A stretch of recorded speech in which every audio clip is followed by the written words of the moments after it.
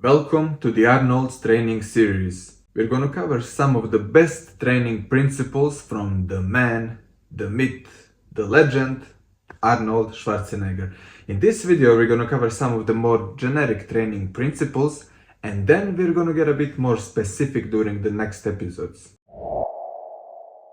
The important thing is that you train the proper way, which is to train the basics. That if it is the squats, if the two-arm curl, if it's the bent over rowing, if it's the clean and the press, the bench press, the incline press, the dumbbell press, all of those basic exercises. Basics were important 60 years ago when Arnold was doing it. Today, the only thing that has changed is that we have fitness influencers spewing nonsense so they can go viral on the internet. The more nonsense you can make, the more views you can get, which is exactly why we're seeing all these crazy things happening in the gyms. Just stick to the basics and you're good to go. There's major mistakes that are being made today in bodybuilding by not covering those basic exercises.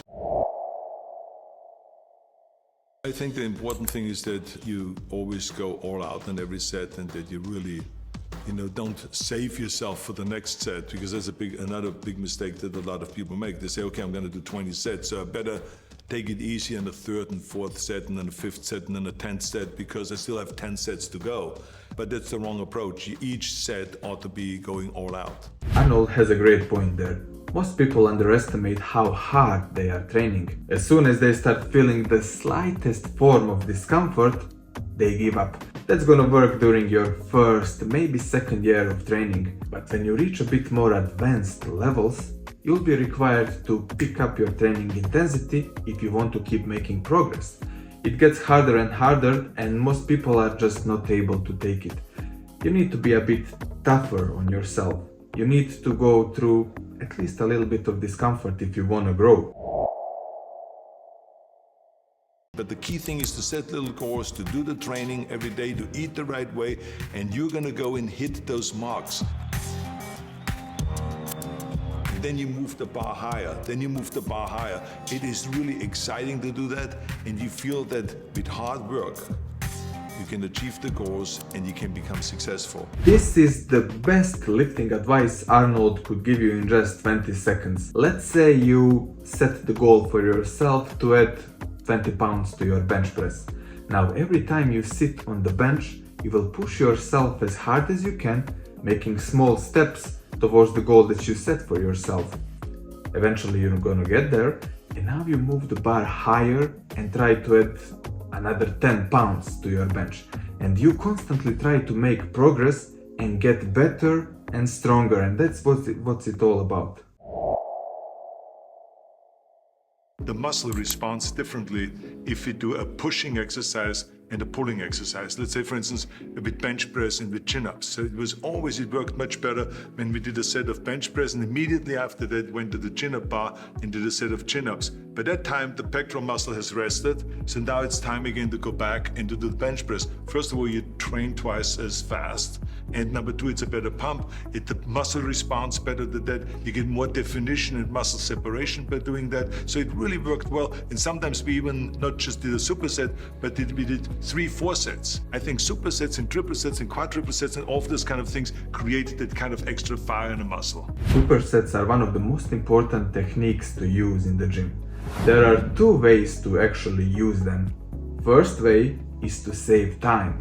Instead of resting between your sets, you immediately proceed to another exercise that targets different muscle groups, so you can use your time more efficiently. For example, supersetting calf raises with chin-ups. Second way is to add some extra intensity, or as Arnold said, some extra fire in the muscle. You would do that by supersetting exercises that target similar muscle groups. For example, doing skull crushers, and when you're done, you immediately proceed to the close grip presses, so you can add some extra work on your triceps. Keep in mind that supersets are also going to improve your endurance, because it's kinda like you're doing cardio. So if your cardiovascular fatigue is too high when you're doing this, and you run out of breath in the middle of your set, then that's gonna limit the amount of muscle stimulus that you can produce, because it's not that your muscle is the limiting factor, it's your lungs and your heart. This is likely to happen when you're supersetting big muscle groups, like with pushing and pulling exercises. Just something to keep in mind when you're doing supersets. I think the biggest mistake is that you go to the gym and you go through the motion, but you don't really have your mind inside the muscle. So when you do a bicep curl, I can't just stand there like this. Yeah, you can. I've seen the guys training with me also 4 hours a day, 5 hours a day, but they look like shit. And why did they look like shit is because they didn't concentrate. They did the same exercise, but they stood like this and then they looked sideways. Kind of like they were bored because they didn't even know why they were training. That they were not inside that bicep or inside that lat when you do the rowing and you pull back and you flex the upper back and the center back, and then you let it down and you stretch it and you think about that the wing is coming out now, or like a curtain is opening up. You know, we always thought about the curtain, right? This is when we did our lat spread. So you got to think about those things. When you do calf raises, and I do my donkey calf raises, I got to be inside the calves and to make them split, to make them open up when those guys sit on top of it. You know, first 3 guys, then I have 1 guy jump off, and with 2 guys, then I have another guy jump off, then there's 1 guy left on my back sitting and doing donkey raises. You know, some people looked at this and this guy's doing some kinky singing. But anyway, there was something else. There was strangers, they didn't know what we were doing. But I tell you, you got to be inside the muscle. They've done so many studies on mind-to-muscle connection. Scientists would insert these needles with electrodes into the muscle, and then they would measure the activation of the muscle during the exercise. They noticed that the activation is much better when you intentionally focus on feeling the muscle working. When you're doing bench press, you can engage your chest much better if you put your mind into it. With every exercise, you need to know what you're doing and which muscle you're focusing on. Everyone in a bodybuilding world would say that many sets, to do 35 sets of body part like I did 3 times a week, that was definitely overtraining. Mm-hmm. And to me, I never knew exactly how to do it without the 35 sets. And the reason is because I felt kind of like every exercise had a specific purpose. And so when I was doing chest and I was doing 5 sets, let's say, of bench press, then I did 5 sets of barbell incline press. Then I did 5 sets of dumbbell incline press. Then I did 5 sets of flies. Then I did 5 sets of pullovers with the dumbbell. Then on a Nautilus machine, on a pullover machine. And then I did the cable crosses for the striations. Mm-hmm. And it went on and on and on. So each exercise was for a specific purpose. Mm-hmm. It's the same thing with back. Yes, I was doing my chin-ups, wide grip. But I did 5 sets in the back, 5 sets in the front. But then I remember Frank Zane said, if you want to get the intercostals and the serratus, you got to do close grip chin-ups. So we did the close grip chin-ups in order to get the serratus.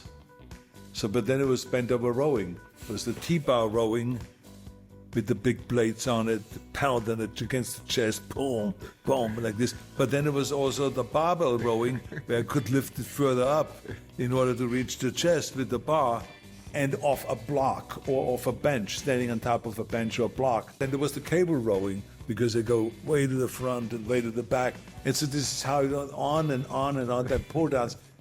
So it was 35 sets. Now clearly most of the people wouldn't be able to pile up that many sets, but you can take the lesson from it. The more training volume you can do, the more you will grow. This is very useful when you want to specialize in a certain area. You just do more sets. As many sets as you can recover from. 25, 30, 35 sets a week. No problem. Sometimes that's what it's required to grow some of these stubborn areas like calves, for example. Or if you have hard time growing your arms, just do as many sets as you can. We actually do have the data to confirm that this is true. The more sets you can do, the more you will grow. And Arnold is the best of the best for a reason. He was putting in the insane amount of work. It's like in life, we can only take ideas and suggestions to improve, but you cannot ever copy anyone. It is a big mistake because you have to find out how your mind operates. You have to find out how your body operates. I mean, it would be a mistake for me to copy exactly Frank Zane's training or Franco Columbu's training.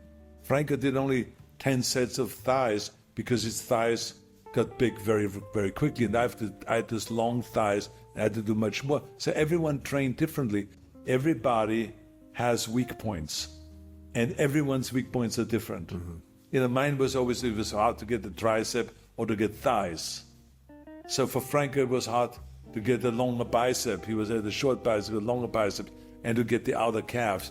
And he couldn't never straighten out his bow legs. So everyone had their weak points, so you had to kind of get exercises for the inner thigh to make it visually appear not as bow-legged, but more straight in the way he posed. So we have to, every situation is different. It's important to figure out how to train based on your own body structure. One of the ways to do that is by experimenting with different exercises. Let's say you're trying to figure out what's the best triceps exercise for you. You can pick one exercise like triceps press downs and do it for 2 months. See how you respond to it, see if you like it or not, and then try something else, like skull crushers, for example.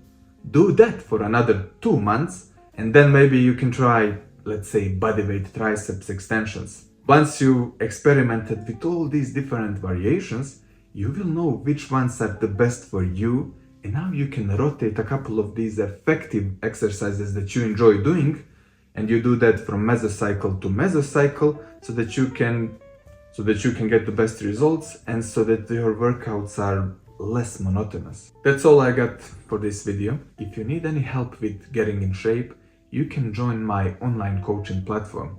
I will leave the link down in the description, so that's where you can get a workout and diet plan, my coaching and all of the instructions that you need.